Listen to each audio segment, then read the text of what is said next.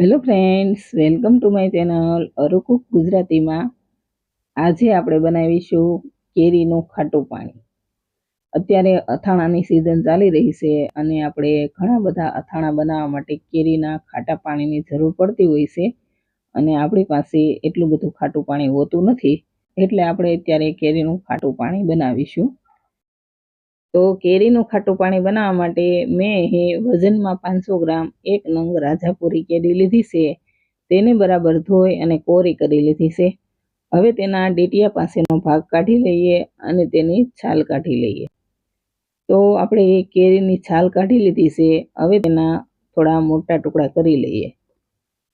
તો હવે કેરીના ટુકડા કરી લીધા છે. હવે તેને મિક્સર જારમાં લઈ લઈએ. અત્યારે મિક્સર જારમાં કેરીના માત્ર અડધા ટુકડા જ લેવાના છે.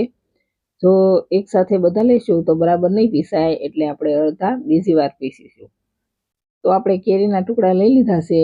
હવે મિક્સર જારમાં 1 ચમચો મીઠું નાખીશું અને અડધો ચમચો હળદર નાખીશું.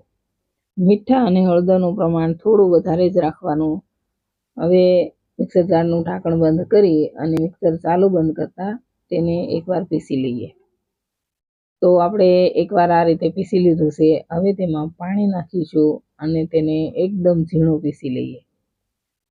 તો ફરી આપણે પાણી નાખીને એકદમ સરસ ઝીણું પીસી લીધું છે અને આ રીતની એકદમ સરસ પેસ્ટ તૈયાર થઈ ગઈ છે. તો હવે તેને કોઈ પણ એક સ્ટીલના વાસણમાં લઈ લઈએ. હવે મિક્સર જારમાં થોડું પાણી નાખી અને તે બધું જ સારી રીતે ફેરવી અને તેને પણ વાસણમાં લઈ લઈએ.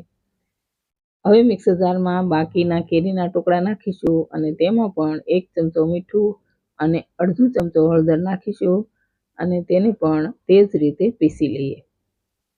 તો આપણે બીજી વાર પણ કેરીને આ રીતે એકદમ સરસ પીસી લીધી છે. તેને પણ આપણે વાસણમાં લઈ લઈએ અને હવે મિક્સર જારમાં પાણી નાખી અને કેરીની બધી જ પેસ્ટ સારી રીતે લઈ લઈએ.